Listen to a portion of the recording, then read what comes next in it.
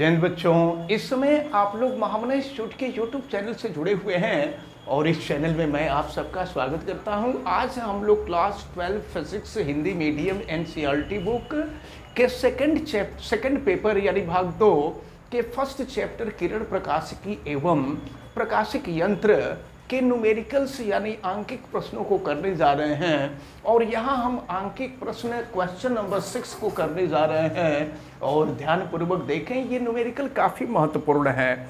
इसमें देखिए दिया हुआ है कोई प्रिज्म अज्ञात अपवर्तनांक के कांच का बना हुआ है। कोई प्रिज्म है जिसका अपवर्तनांक हमें मालूम नहीं है। कोई प्रिज्म अज्ञात अपवर्तनांक के कांच का बना है। कोई समांतर प्रकाश पुंज इस प्रिज्म के किसी फलक पर आपतित होता है तो प्रिज्म का न्यूनतम विचलन कोण डेल्टा यम। तो डेल्टा यम की जो वैल्यू दी गई है ये आपको दी गई है 40 डिग्री। न्यूनतम विचलन कोण आपको दिया है 40 डिग्री। तो पूछा जा रहा है कि प्रिज्म के पदार्थ का अपवर्तनांक क्या था। प्रिज्म नॉर्मली कांच का ही होता है और किसी भी पदार्थ का अपवर्तनांक हम निकालते हैं तो वायु के सापेक्ष निकालते हैं।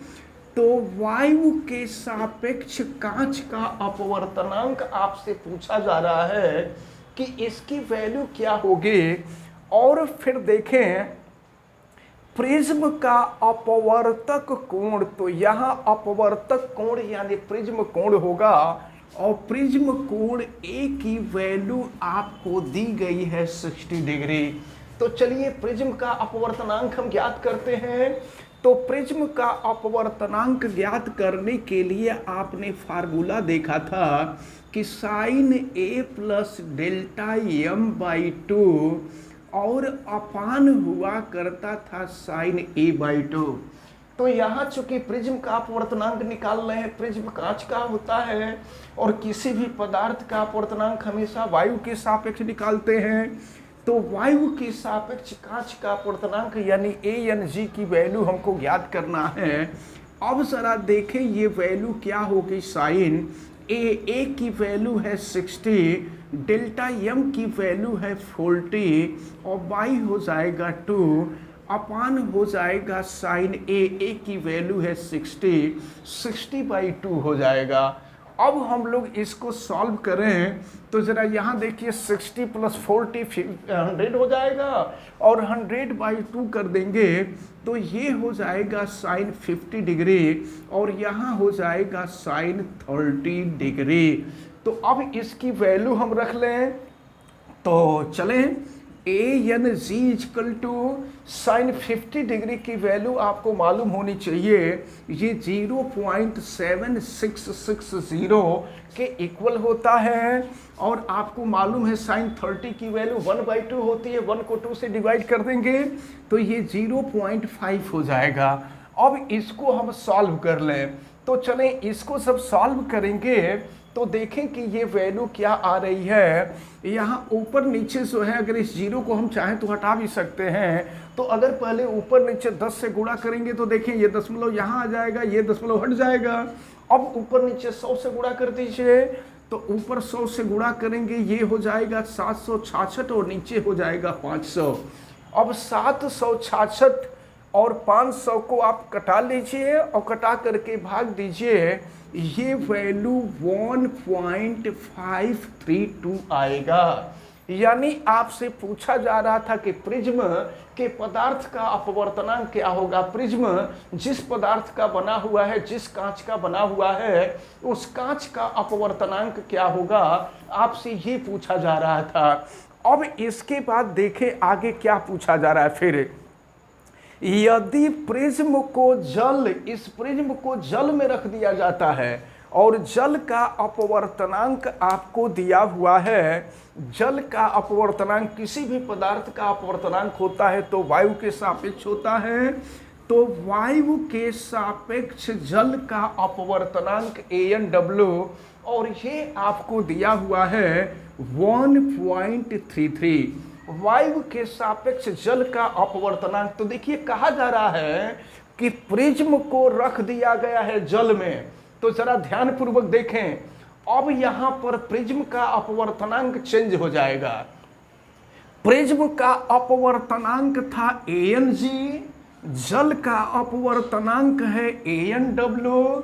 तो अब हमको जल के सापेक्ष प्रिज्म का अपवर्तनांक यानी जल के सापेक्ष कांच के अपवर्तनांक की जरूरत पड़ेगी, WNG की हमको जरूरत पड़ेगी, क्योंकि प्रिज्म यानी कांच को रख दिया गया है जल में। तो जब प्रिज्म पहले वायु में था तो वायु के सापेक्ष कांच का अपवर्तनांक था, अब इसको रख दिया गया है जल में, तो जल के सापेक्ष इसका अपवर्तनांक होगा। तो सबसे पहले हम लोगों को इसका अपवर्तनांक ज्ञात करना होगा। और देखें, अपवर्तनांक ज्ञात करने के लिए आपको मालूम है कि 3 माध्यम, पहला माध्यम वायु है और दूसरा माध्यम जल है और तीसरा माध्यम कांच है। तो इसके लिए हमने फार्मूला आपको बताया था ANW इंटू WNG और इंटू हो जाएगा GNA इज इक्वल टू 1। हमको WNG चाहिए, तो देखिए यहाँ से WNG की वैल्यू हम निकालेंगे तो 1 अपान हो जाएगा ANW इंटू हो जाएगा GNA। जब इसको सॉल्व करेंगे तो GNA को हम लिख सकते हैं 1 अपान ANG, तो ये ऊपर चला जाएगा। तो अब ये हो जाएगा ANG अपान ANW। अब हम वैल्यू रख देते हैं। ANG की जो वैल्यू निकली है ये 1.532 निकली है, और ANW आपको दिया हुआ है 1.33, यहाँ 0 भी लिख सकते हैं। तो अब यहाँ पर भी अगर ऊपर नीचे हम 1000 से गुणा कर दें तो ऊपर हो जाएगा 1532 और नीचे हो जाएगा 1330।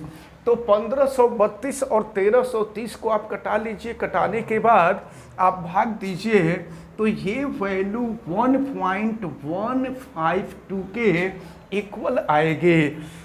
तो ये याद रखे रहिएगा कि जब हम प्रिज्म को जल में रख देंगे तो जल के सापेक्ष प्रिज्म के पदार्थ का अपवर्तनांक जो आएगा वह 1.152 होगा। अब देखिए, अभी प्रश्न पूरा नहीं हुआ है। अब आपसे ये कहा जा रहा है कि पहले तो प्रिज्म का अपवर्तक कोण 60 अंश ही है, और न्यूनतम विचलन कोण जो था डेल्टा एम की वैल्यू थी वो 40 डिग्री थी। अब आपसे कह रहा है कि यदि प्रिज्म को जल जिसका अपवर्तनांक 1.33 है में रख दिया जाए तो प्रकाश के समांतर पुंज के लिए न्यूनतम विचलन कोण का मान क्या हो जाएगा। अब न्यूनतम विचलन कोण का मान, तो देखें हम न्यूनतम विचलन कोण पहले का मान दिया हुआ है 40 डिग्री। आप याद रखे रहिए, जब प्रिज्म को वायु में रखा गया था तो अल्पतम विचलन कोण जो था वो 40 डिग्री था। अब कहा जा रहा है कि अगर इसी प्रिज्म को जल में रख दिया जाए तो अब अल्पतम विचलन कोण का मान क्या होगा। हम मान लेते हैं कि जब प्रिज्म को जल में रख दिया जाएगा तो अल्पतम विचलन कोण डेल्टा डैश यम हो जाएगा या डेल्टा यम डैश हो जाएगा। तो फार्मूला वही होगा। तो चलें, अब जो है हम रख देते हैं अपवर्तनांक के लिए। देखिए फार्मूला यही होगा ANG, लेकिन यहाँ पर ANG के जगह पे हो जाएगा WNG। तो ये हो जाएगा WNG इज इक्वल टू, ये हो जाएगा साइन, और A की वैल्यू 60 डिग्री है, A की वैल्यू कभी चेंज नहीं होगी, और प्लस यहाँ पर जो अल्पतम विचलन कोण बन रहा है वो डेल्टा यम डैश हो जाएगा, और ये बाई 2 और अपान हो जाएगा आपका साइन A/2, यानी वही साइन 60/2 हो जाएगा। अब देखें, अब इसको अगर हम सॉल्व करें तो देखें सबकी वैल्यू हम यहाँ रख रहे हैं, फिर क्या मिलेगा। यहाँ पर WNG का मान हम लोग निकाल चुके हैं, तो WNG की वैल्यू देखिए इसके बाद हम कर रहे हैं। ये है 1.152 इज इक्वल टू, ये हो जाएगा आपका साइन, और ये है 60 plus delta M dash by 2, और देखिए साइन 60/2 साइन 30 हो जाएगा, और साइन 30 की वैल्यू जो है आपको मालूम है 1/2, 1.1/2 को हम 0.5 कर सकते हैं। अब हम यहाँ पे क्रॉस मल्टीप्लिकेशन कर देंगे। तो चलिए देखिए, दिमाग में रखे रहिएगा कि हम लोगों को डेल्टा एम डैश की वैल्यू फाइंड करनी है। तो अब देखें, इसका हम क्रॉस मल्टीप्लिकेशन कर दे रहे हैं यहाँ पर, तो देखें ये वैल्यू क्या निकल रही है 1.152, और इनटू ये हो जाएगा 0.5 इज इक्वल टू, ये हो जाएगा sine 60 plus delta M dash by 2। अब यहाँ पर गुणा कर दीजिए, तो अगर गुणा कर देंगे तो ये वैल्यू जो मिलेगी, देखें इसमें गुणा करने के बाद यह मान आपको 0.5760 इसी के नज़दीक आएगा ये वैल्यू। तो ये इज इक्वल टू हो गया sine 60 plus delta M dash by 2। अब ज़रा देखें, अब चूंकि हमको डेल्टा एम डैश की वैल्यू निकालनी है, तो अब ज़रा हम लोगों को ये देखना है कि 0.5760 ये साइन कितने का मान होता है। तो ये वैल्यू जो है साइन 35 की वैल्यू होती है, इसको आपको याद रखना होगा। तो इसके जगह पे हम रख देंगे sine 35 degree is equal to sine 60 plus delta M dash by 2। अब दोनों तरफ से साइन हटा दीजिए, तो साइन हटा देंगे तो ये हो जाएगा 35 degree is equal to 60 plus delta M dash by 2। Cross multiplication कर दीजिए, तो ये हो जाएगा 70 इज इक्वल टू 60, और प्लस हो जाएगा डेल्टा एम डैश, और फिर 60 को इधर ला देंगे तो delta M dash is equal to 70 minus 60, यानी ये हो जाएगा 10 डिग्री। तो यही हम लोगों का आंसर होगा। एक प्रश्न में एक क्वेश्चन के अंतर्गत दो चीजें पूछी जा रही थी। पहले तो आपसे पूछ रहा था कि प्रिज्म का अपवर्तनांक क्या होगा, तो प्रिज्म का अपवर्तनांक हमने निकाला था कि ये जो है 1.532 था, और फिर दूसरा आपसे पूछा जा रहा था कि अगर इसी प्रिज्म को जल में रख दिया जाए, तो जब पहले अल्पतम विचलन कोण 40 अंश था, तो अब अल्पतम विचलन कोण का मान क्या होगा। तो अब अल्पतम विचलन कोण का मान 10 डिग्री के इक्वल होगा। तो इस प्रकार ये जो क्वेश्चन आपका कंप्लीट हुआ, और हमें उम्मीद है कि यह आप सबको बहुत अच्छी तरह से समझ में आया होगा। आप वीडियो को लाइक ज़रूर कीजिएगा, और अगर आप चैनल पे नए हैं तो चैनल को सब्सक्राइब भी कर लीजिए। आप बेल आइकन को भी प्रेस करें, और अगर किसी प्रकार की कोई दिक्कत समझ में आती है तो आप हमें कमेंट करके बतावें, और वीडियो को मैक्सिमम स्टूडेंट तक शेयर भी करें। आप सभी लोगों का बहुत बहुत धन्यवाद। जय हिंद।